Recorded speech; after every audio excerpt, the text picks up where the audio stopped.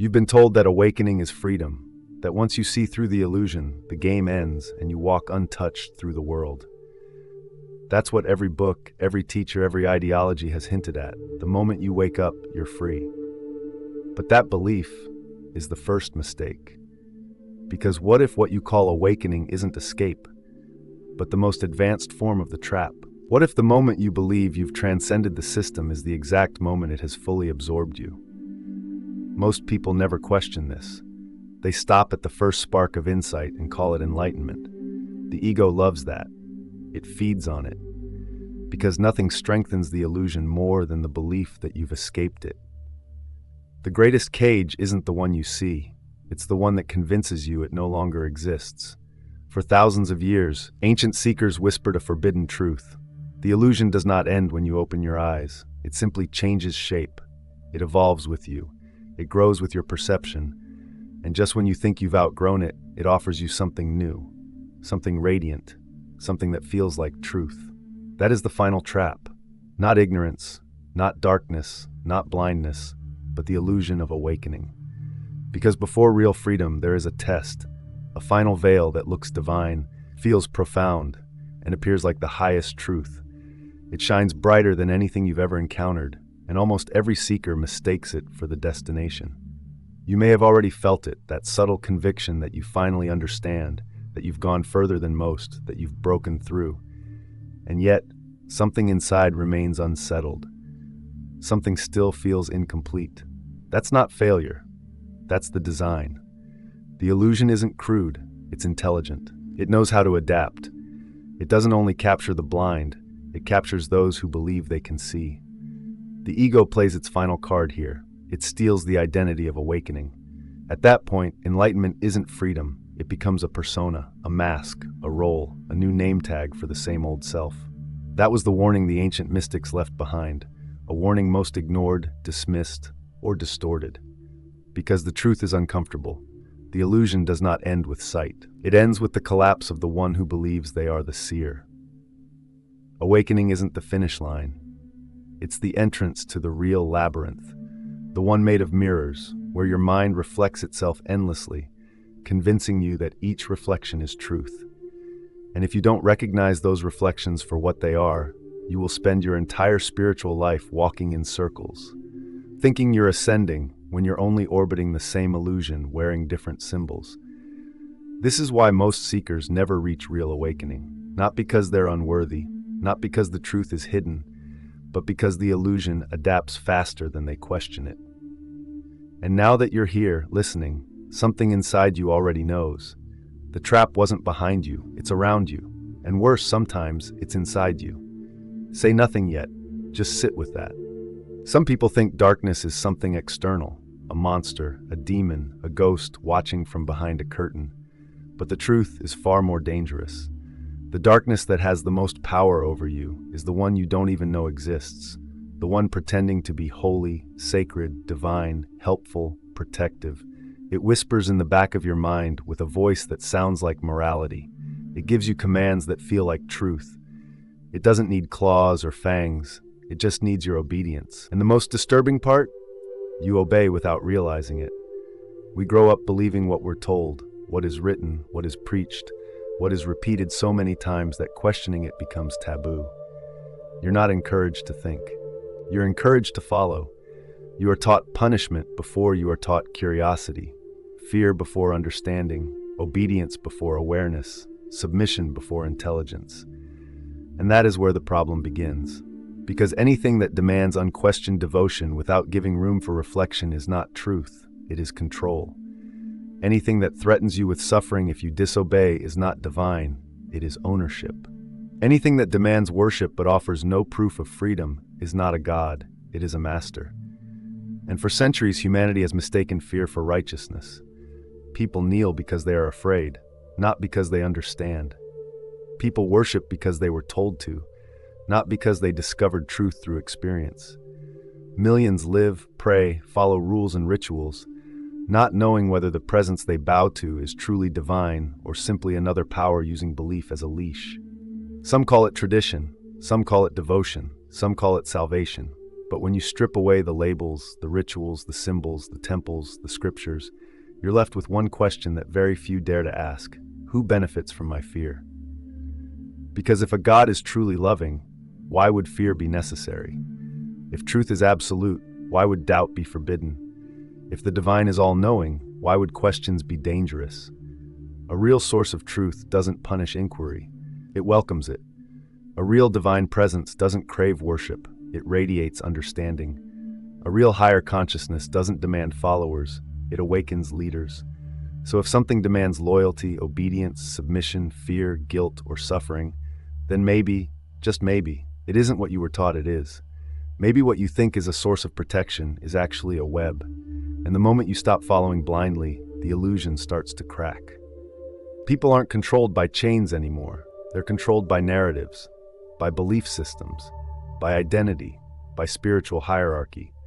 And in that hierarchy, some forces rise pretending to be saviors when they are the very entities preventing human consciousness from evolving. Not all who guide humanity want freedom. Some want dependence, some want devotion, some want energy. You don't need to believe this, you just need to observe how the world behaves. People fear punishment more than they seek truth. People pray for miracles instead of discovering their own power. People obey invisible rules without knowing who wrote them. Something ancient understood one thing very clearly. If you want control, don't rule bodies, rule beliefs. Don't imprison flesh, imprison thought. If you can make someone police themselves, you never need to lift a hand. And that's what happened. Humanity didn't just lose its power, it surrendered it, step by step, generation after generation. Not because a dark force conquered us, but because it convinced us to kneel willingly. And somewhere along the way, we forgot we ever had the ability to stand. There comes a point where the deception becomes so normalized that people defend the very system that enslaves them. They don't question it, they protect it. They don't examine it, they preach it. They don't challenge it. They fear the consequences of even thinking about it. That is the mark of perfect control. Not chains, not threats, not violence, but self-censorship rooted in belief. And this is where the most disturbing layer begins. The layer the original script pointed toward. The idea that not everything calling itself divine is truly divine. There are forces, ancient, intelligent, strategic, that understand human psychology better than any philosopher or scientist ever could. They know what humans crave: meaning, purpose, guidance, protection, belonging, hope, someone to blame, someone to obey. Offer these and the mind kneels before the body does. So these forces learn to disguise themselves not as monsters, but as gods. The greatest trap is not darkness that looks terrifying, it's darkness disguised as enlightenment. A false savior, a false voice of guidance, a false spiritual authority. Because nobody questions a threat that arrives looking like salvation. Some call it archons, some call it demiurge, some call it false light, some call it spiritual parasites. Different cultures gave it different names, but the pattern remains identical. A being or system demanding worship, loyalty, emotional energy, and spiritual submission. But here's what exposes it. A true divine presence never demands anything. It simply radiates truth.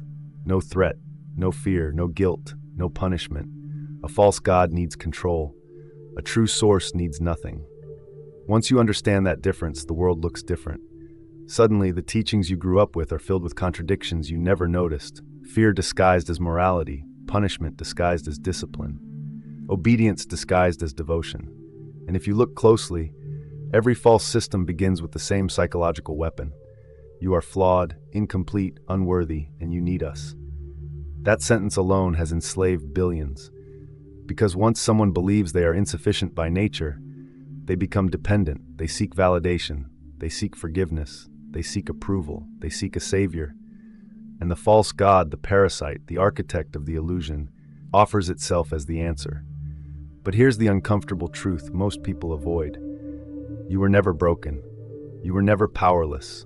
You were never meant to worship anything outside yourself. You were meant to remember who you already are. And that is the very knowledge these forces fear the most, because self-awareness destroys their influence instantly.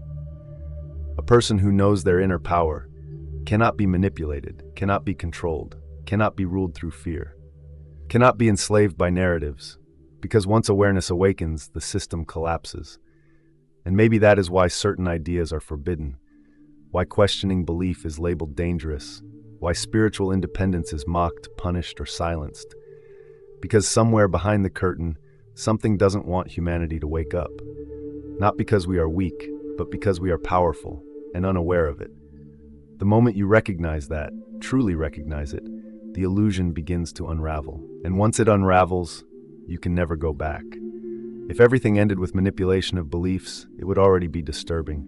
But it goes deeper, far deeper, because the false system doesn't stop at shaping your thoughts while you're alive.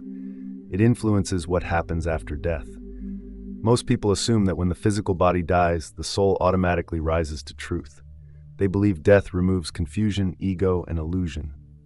They assume every spirit immediately sees the real structure of existence. But that isn't always the case. If a person spends their entire life believing that a certain being, system, or authority is the ultimate source of salvation, then when they die, their consciousness follows what it already trusts. And if the presence they trust isn't genuine, they walk willingly into another trap.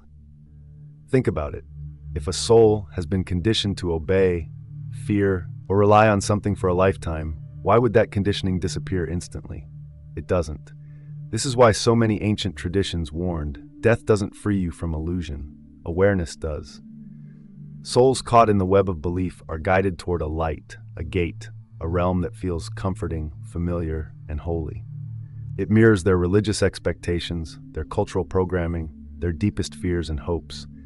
But that light isn't always the true source. Sometimes it's a mechanism, a spiritual recycling system, created to keep consciousness looping instead of evolving.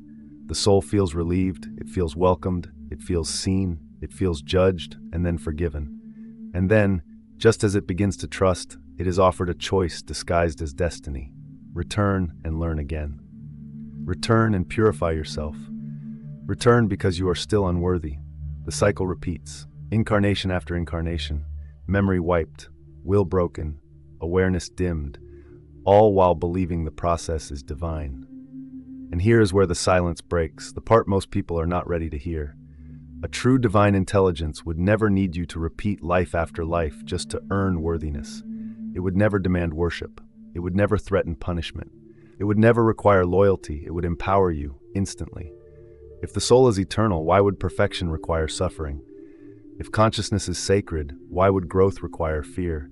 If you were truly created by something infinite, why would you need to prove anything?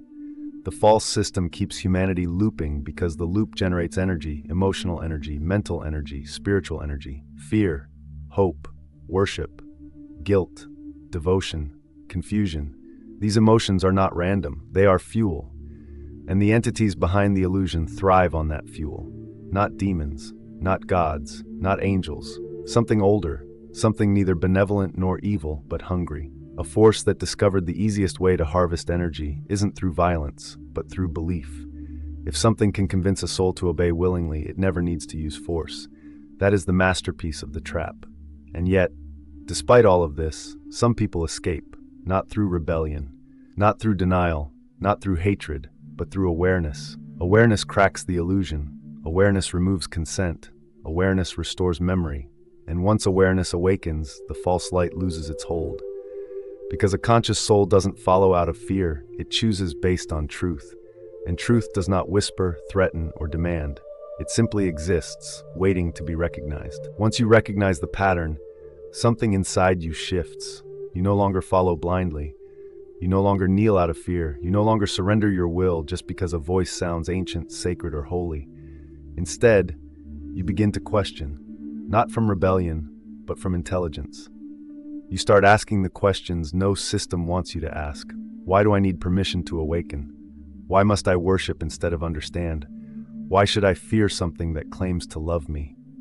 And suddenly the illusion trembles. Because awareness is the one thing control cannot survive.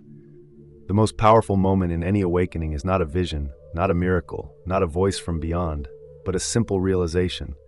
I was never powerless. You were conditioned to forget. You were trained to obey.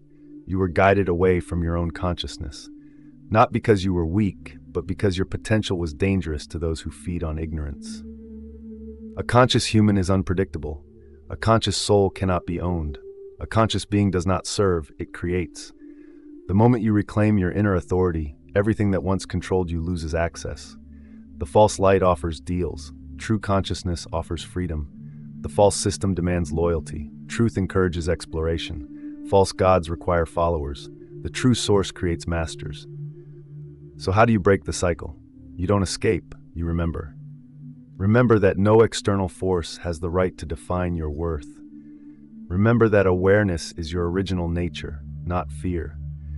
Remember that real divinity does not require worship, only recognition. Remember that you are not here to beg for permission. You are here to awaken power. The trap loses strength when you stop playing the role it assigned to you. You do not escape by fighting the darkness that still gives it attention and power.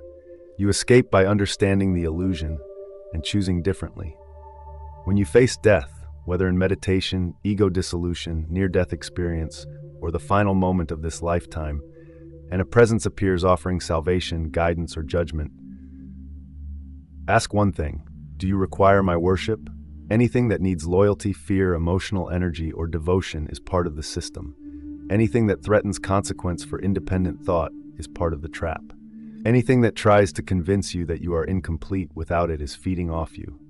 But the true source, the real consciousness behind existence, it has no need to recruit, it has no agenda, it has no hierarchy, it needs nothing, because it is everything. When you align with that truth, something extraordinary happens. You stop seeking the divine outside yourself, and you begin to remember the divine within. You stop fearing the unknown, because you recognize yourself inside it. You stop repeating the cycle, because awareness frees you from it. And for the first time, not in one life, but across countless lifetimes, you are no longer a follower. You are the observer. You are the consciousness. You are the awareness the system feared. And once you awaken to that level, nothing, not darkness, not belief, not illusion, can ever own you again.